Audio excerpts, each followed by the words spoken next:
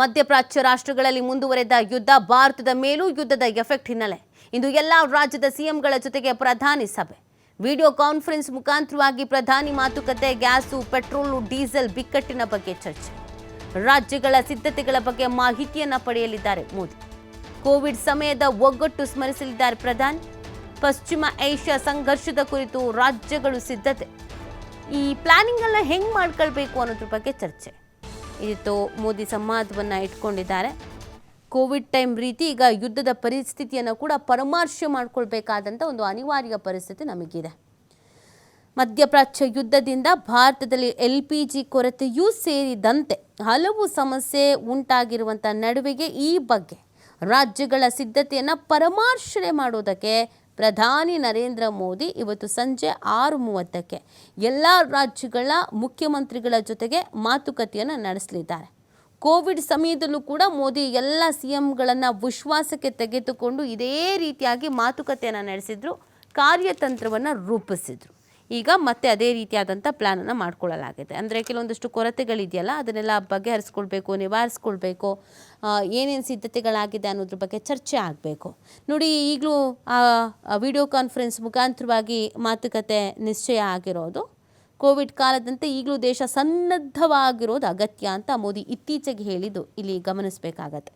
ಆದರೆ ಈ ಚುನಾವಣೆ ನಡೆಯಲಿರುವ ರಾಜ್ಯಗಳ CMಗಳ ನೀತಿ ಸಂಹಿತೆ ಜಾರಿಯಾಗಿರೋದ್ರಿಂದ ಸಭೆಯಲ್ಲಿ ಅವರು ಭಾಗವಹಿಸ್ತಾ ಇಲ್ಲ.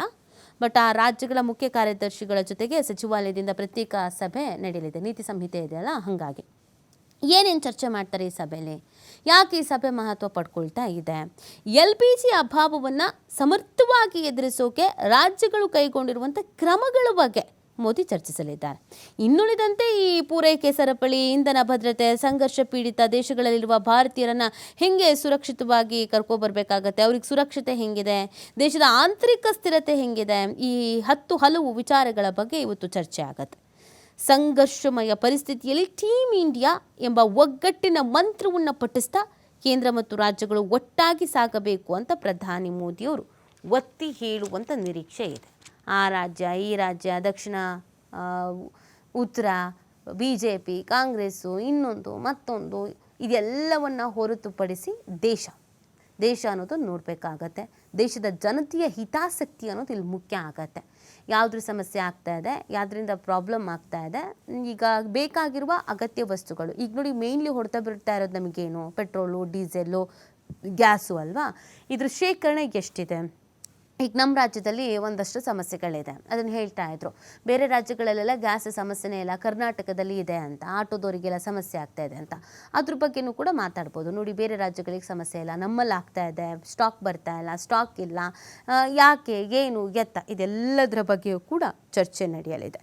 ಹಾಗಾಗಿ ಇವತ್ತು CMಗಳ ಜೊತೆಗೆ ಇವತ್ತು ಮೋದಿ ನಡೆಸ್ತಾ ಇರುವಂಥ ಈ ಸಭೆ ಇದೆಯಲ್ಲ, ಪರಾಮರ್ಶೆ ಸಭೆ ಅಂತ ಏನು ಕರಿತಾ ಇದ್ದೀವಿ, ಈ ಸಭೆ ಇದು ಸಹಜವಾಗಿ ಮಹತ್ವವನ್ನು ಪಡ್ಕೊಳ್ತಾ ಇದೆ. ಇವತ್ತು ಸಂಜೆ 6:30ಕ್ಕೆ ಸಭೆ ಇರೋದು. ಸಭೆಯ ನಂತರ ಏನು ಹೇಳ್ತಾರೆ, ಏನೆಲ್ಲ ಮಾಹಿತಿಗಳು ಸಿಗುತ್ತೆ ಅನ್ನೋದನ್ನು ನೋಡಬೇಕಾಗತ್ತೆ.